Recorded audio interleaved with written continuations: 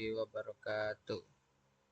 Baiklah, saya Agus Faridi dari kelas 10A. Di sini saya akan membahas 10 soal biologi tentang pencemaran lingkungan.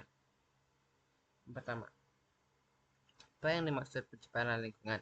Pencemaran lingkungan adalah maksudnya zat atau energi ke dalam lingkungan yang menyebabkan kualitas lingkungan menurun dan berdampak negatif bagi makhluk hidup. Contoh, pencemaran air oleh limbah industri. 2.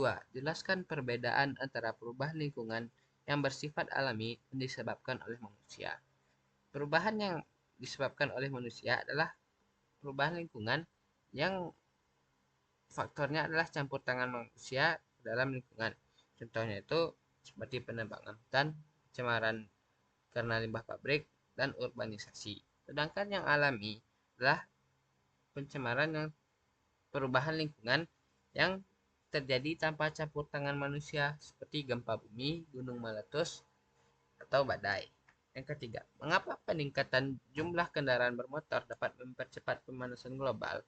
Kendaraan bermotor akan menghasilkan gas karbon dioksida yang adalah gas rumah kaca yang dapat memerangkap panas sehingga suhu naik dan terjadi pemanasan global. 4. Jika suatu daerah mengalami hutan secara besaran, apa dampak ekologis yang kemungkinan terjadi? Pertama, kehilangan habitat bagi hewan dan tumbuhan, erosi tanah meningkat, dan penurunan kualitas udara karena kekurangan pohon untuk menyerap CO2. 5. Sebuah pabrik membuang limbah ke sungai tanpa pengolahan. Apa dampak jangka panjangnya terhadap organisme air? Yang pertama, organisme air seperti ikan dan plankton akan mati, di mana plankton adalah penyumbang oksigen terbesar di bumi dan penurunan kadar oksigen terlalu di air akan terjadi. 6. Setelah kebakaran hutan, populasi hewan X menurun drastis. Jelaskan dua kemungkinan penyebabnya. Pertama itu adalah mereka kehilangan habitat dan tidak bisa mencari makan di daerah yang bekas kebakaran itu. Yang kedua, bisa jadi mereka meninggal karena terkena api kebakaran. Yang ketujuh, sebutkan 3 contoh zat pencemar udara. Contoh zat pencemar udara adalah itu karbon monoksida, sulfur dioksida, oksida nitrogen, dan lain-lain. Bagaimana efek rumah kaca dapat menyebabkan perubahan iklim? Efek rumah kaca terjadi ketika gas-gas seperti CO2, CH4 atau metana, dan N2O menangkap panas matahari di atmosfer. Hal ini menyebabkan suhu bumi meningkat secara global, es di kutub mencair, dan peningkatan permukaan air laut atau naiknya permukaan air laut. Nomor 9.